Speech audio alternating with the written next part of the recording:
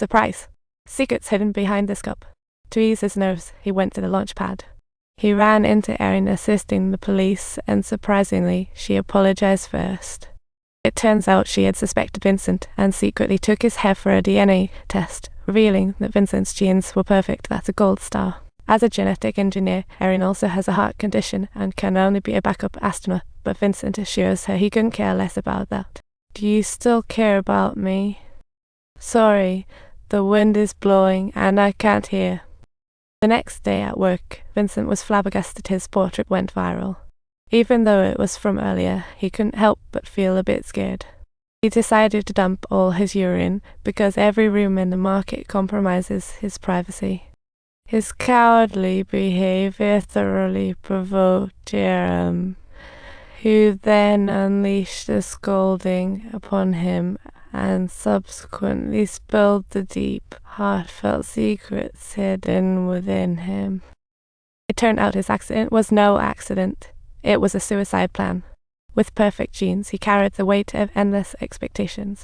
He wasn't satisfied with just a silver medal, and at this moment, Vincent was about to write a legend using his identity. After hearing Jerome's tale, Vincent decided to go for broke for his dreams. He returned to normal work and training. During this time, Vincent got closer to Erin. They attended a concert together, and the elegant tunes resonated in their hearts. Just as they were about to leave, a detective entered and started questioning suspicious people. Vincent was in a bind and quickly discarded his contact lenses. But little did he know, the staff wanted to check what was in his mouth. Vincent had to lie and say he was a clean freak. I don't want to give you a contaminated baby. So he switched to a blood test and narrowly escaped, thinking he could go home to relax. But Erin wanted to catch the sunrise, and as she skipped across, Vincent's vision blurred. He had no choice but to muster his courage and charge ahead, but Erin noticed something was off. However, lost in the throes of love, she didn't mind too much. The next day, the detective returned for more investigations. Coincidentally, he took Vincent's cup, and after analysis, they discovered his DNA. The police speculated the janitor still lurked in the agency, just with a new identity.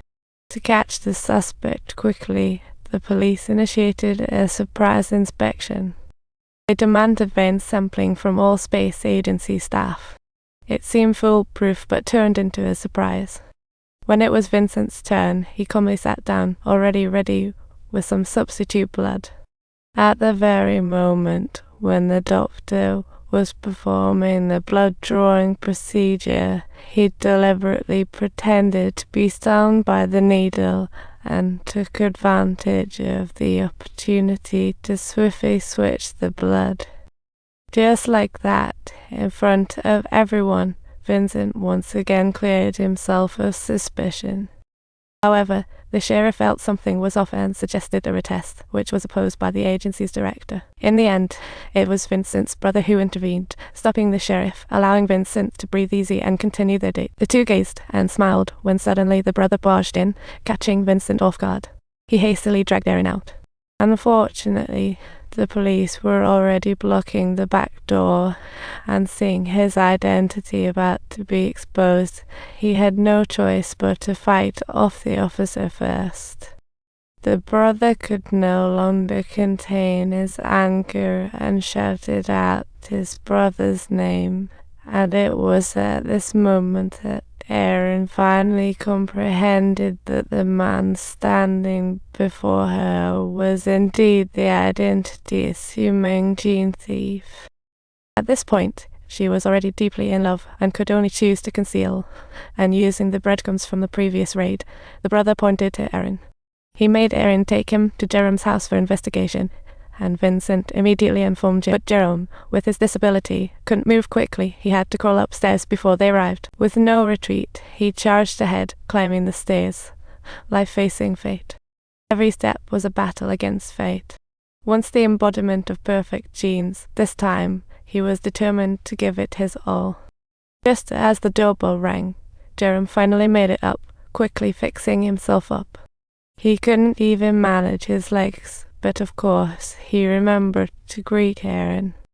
To assist Vincent, he not only accompanied Jeremy, meticulously planning and staging a fantastic act, but even so, his brother still wasn't convinced. Eventually, the brother insisted on a blood test, and though the result showed it was him, there was still suspicion in the air. But the brother wasn't satisfied and set out to check downstairs, while Vincent was hiding down there, nervous to the point of heart palpitation. Just then, the precinct called him over, saying they caught the real murderer, allowing Vincent to exhale in relief. But then, at the very moment Vincent began to walk upstairs, Erin profoundly felt betrayed, with tears sliding down her cheeks uncontrollably. After 30 years, my heart has been scarred 100,000 times. This is impossible. You are the embodiment of everything that's impossible. Isn't that so, Erin? They make you search relentlessly for every single flaw. In due time, this is what you see, no matter what. I'm standing here to inform you what's possible and what truly constitutes a real possibility. Upon visiting the precinct, the brother uncovered the truth. The real murderer was the head of the space agency. The project was the director's lifelong work, and he went to great lengths to eliminate opposition. Ironically, despite the common misconception about his violent tendencies from the outside world, there wasn't a trace of violent inclination in his genes, and this left the brother with a heavy heart and a solemn expression. If you like this fantastic journey, subscribe to my channel.